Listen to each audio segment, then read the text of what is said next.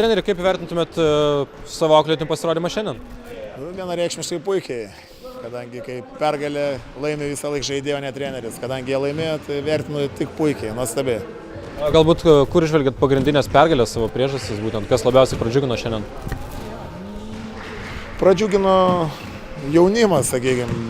Pradžiuginom pataikė puikiai tritaškius. Ar gal, sakykime taip, pasitaisysiu, pradžiugino tritaškių pataikymas, kuris pas mus buvo sezono pradžioje labai prastas. O šiandieną metėm, kaip matėt, gan neblogai.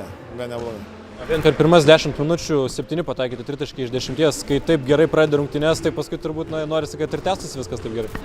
Žinoma, taikliai 10-tuką taip, kad taip pataikai ir pradedi gerai rungtynes, kartais tai padaro kelią į pergalę. Tiesiog. Jeigu žiūrėtų į statistiką, šiandien 3 jūsų krepšininkai napelnė liūto dalį taškų, galima sakyti didžiąją taškų dalį, būtent ant jų pečių rėmėsi šiandien žaidimas?